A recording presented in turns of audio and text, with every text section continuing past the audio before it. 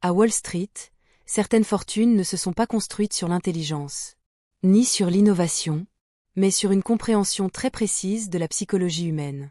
Tout commence avec un type d'action très particulier. Les penny stocks. Des actions à très faible valeur.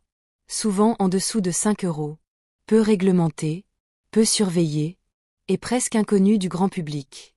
Des entreprises dont personne ne parle, dont personne ne comprend réellement l'activité, et dont les actions s'échangent très peu chaque jour. Et c'est précisément pour cette raison qu'elles sont faciles à manipuler. Imagine une petite entreprise cotée à Wall Street. Une entreprise dont tu n'as jamais entendu parler. Aucun article dans les médias.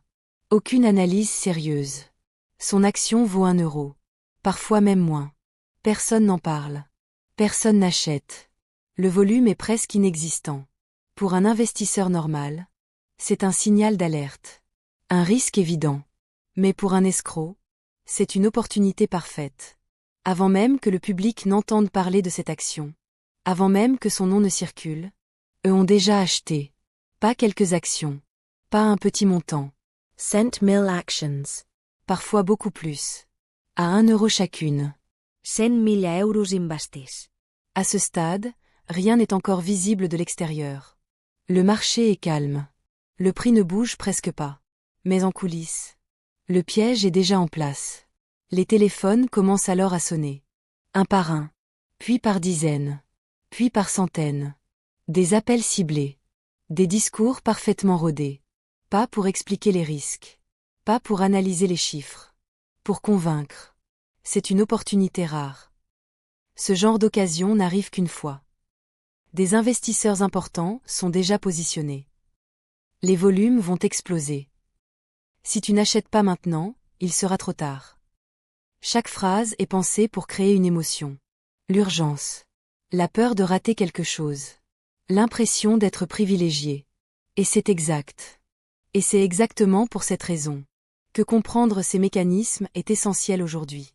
Si tu veux vraiment comprendre comment fonctionnent les marchés, comment certaines personnes gagnent de l'argent, pendant que d'autres en perdent, alors pense à t'abonner à la chaîne.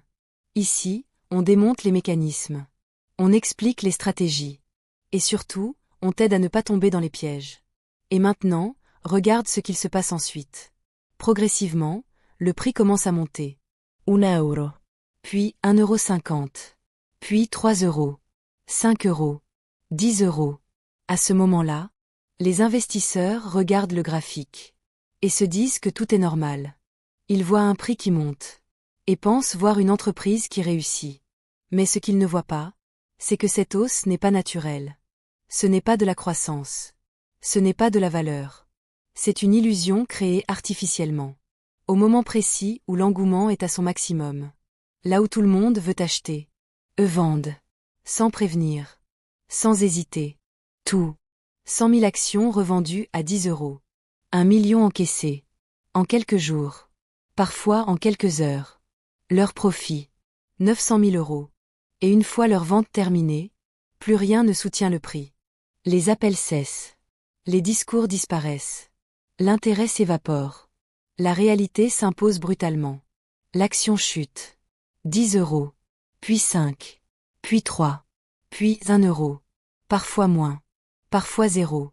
Les investisseurs restent bloqués. Incapables de vendre sans perte. Comprenant trop tard qu'ils ont servi de liquidité.